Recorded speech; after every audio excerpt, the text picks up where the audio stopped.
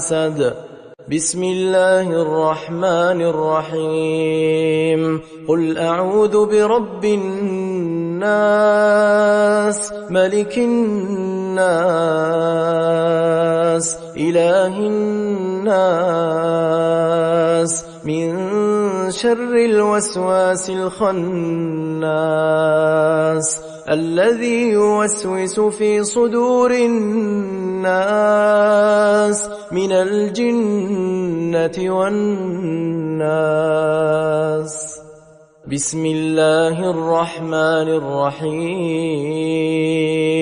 قل أعوذ برب الفلق من شر ما خلق ومن شر غاسق إذا وقب ومن شر النفاثات في العقد ومن شر حاسد